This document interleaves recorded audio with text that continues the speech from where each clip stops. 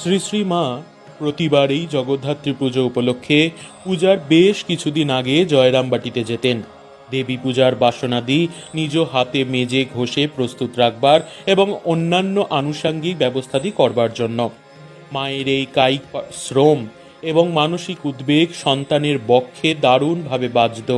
তাই কিছু অর্থ হাতে সঞ্চয় হওয়া মাত্রই তা দিয়ে পূজার বাসনের বিকল্প হিসেবে কাঠের বারকোশ ইত্যাদি যথেষ্ট সংখ্যায় তৈরি করিয়ে মাকে স্বামী যোগানন্দ বলেছিলেন, তোমাকে আর বাসন মাজতে যেতে হবে না।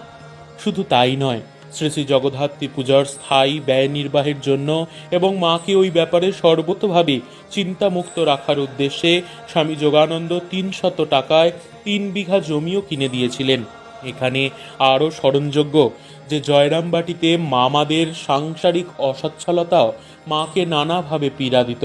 যোগিনীর দৃষ্টি